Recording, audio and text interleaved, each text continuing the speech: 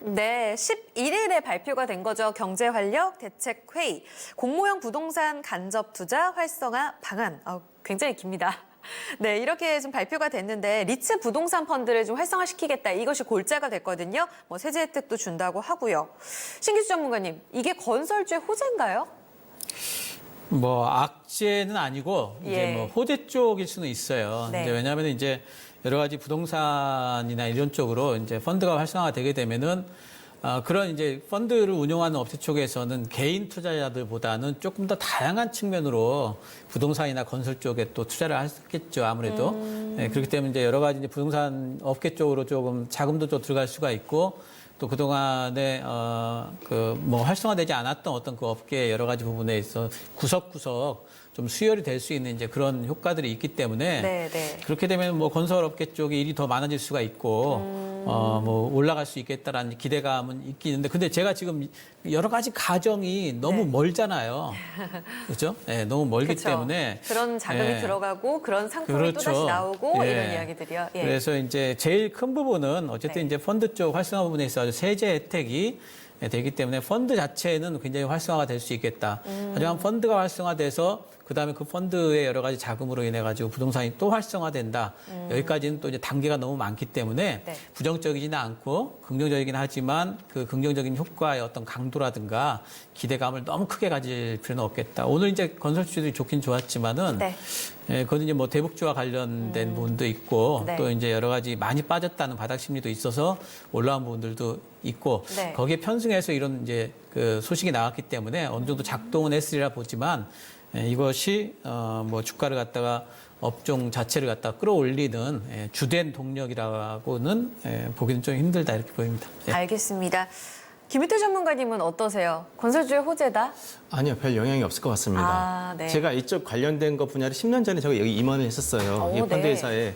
그래서 그때도 세제 혜택 얘기가 나왔어요. 이 리츠와 관련돼서요? 리츠 관련된 게 자, 외국이나 호주하고 미국이 굉장히 발달했고요. 일본도 굉장히 컸어요. 근데 한국이 저도 이거 손놓은 지가 한 10년 됐는데 자, 10년 전에도 세제 혜택 얘기가 있었습니다. 없었던 게 아니에요. 근데 이게 못 가는 이유 중에 하나가 근본적으로 펀드하고 리츠하고는 좀 틀립니다. 외국 애들이 한국에 빌딩 많이 샀지 않습니까? IMF 이후에 강남에, 강북에 메이저 큰 빌딩 다 거의 70, 80%가 외국계 펀드가 샀어요.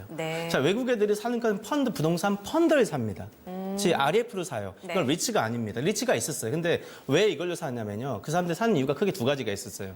첫 번째가 세제 혜택이에요. 취등록세 혜택도 있고 두 번째 이유가 가장 큰 게 뭐냐면요. 익명성이에요. 자, 소유주가 자기가 아니란 말이에요. 자산운용사나 한국의 증권사 이름을 통해서 한단 말이에요. 그러니까 자기네 이름이 뒤로 간단 말이에요. 이 두 가지에서 많이 사고 리츠를 안 하는 건 뭐냐면은 자, 리츠도 좋아요. 다 좋은데 개인들이 활성화 누구나 건물 사기 너무 비싸지 않습니까?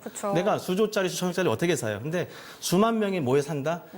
이 좋은 건 딱 하나 있어요. 주식처럼 아무 때나 부동산을 사고 팔 수 있는 겁니다. 실시간으로. 이게 가장 큰 장점인데 한국은 정서에 좀 안 맞는 것 같아요.